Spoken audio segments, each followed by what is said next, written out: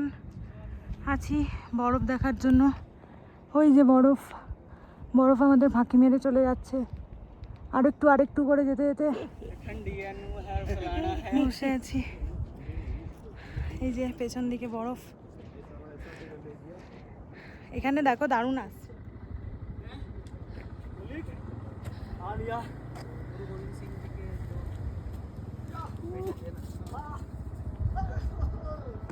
এই যে বরফ, বরফে উঠছেন আমাদের।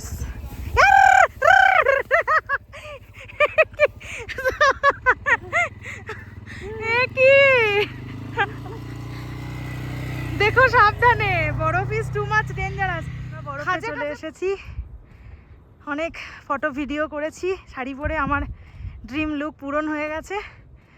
আর যেতে পারছি না। কি বলছো?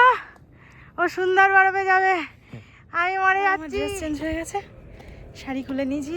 শাড়িটা তো যা অবস্থা, শাড়িটা লাস্টে পুরো খুলেই গেছিল, লাস্টে বুঝতে পারলাম। যাই হোক, অনেকটা কষ্ট, খুব কষ্ট, অনেকটা, মানে হ্যাঁ ওই কষ্টের মধ্যেই ট্রেকিং এর মতো অনেকটা। এখনো গিয়ে একটা কি অ্যাক্টিভিটি আছে, ওটা করব। আর এখানে এই সব বরফ, পাহাড়, ওই যে তুলেছি।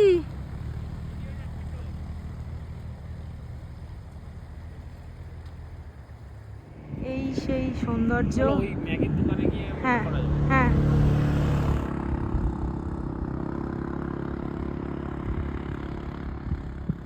আমরা এখন গ্রামফু ভিলেজে আছি। গ্রামফু ভিলেজে আমরা এখন খুব খিদে পেয়েছে, বরফ থেকে বরফ কেলি করে এসে এখন এই যে দাঁড়িয়ে আছে রেডি। আর কি একটা অর্ডার দিয়েছো? ব্রেড অমলেট অর্ডার দিয়েছি। মোমোটা এখন হবে না, আমার অ্যাকচুয়ালি মোমোটা খাওয়ার ইচ্ছে ছিল। ঠিক আছে, আর সামনে ভিউটা একবার তোমাদের দেখিয়ে দিই।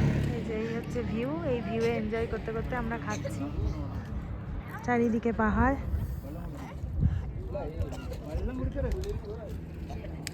আমরা মে মাসে মানালি এসে ভালোই বরফ পেলাম, কিন্তু সেটা হচ্ছে অটল টানেল পেরিয়ে গ্রামফু ভিলেজে।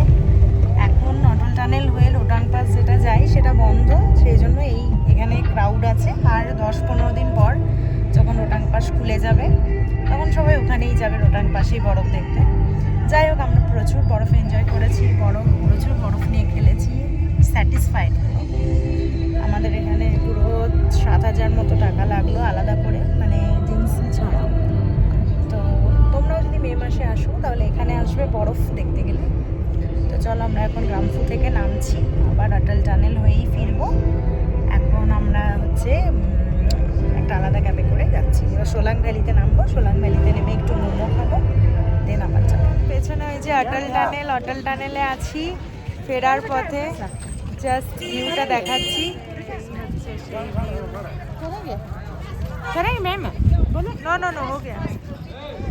দেখিয়ে দেখো ভিউটা, জাস্ট দেখো।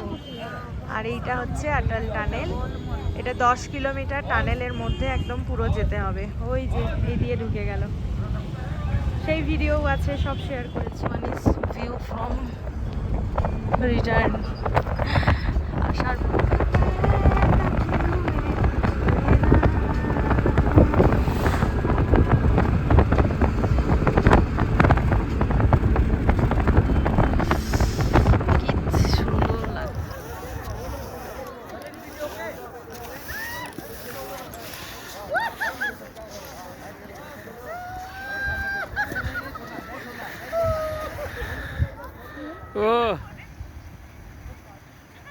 ওই দেখো আমাদের ভাল্লুক ওপরে উঠছে, ভাল্লুক।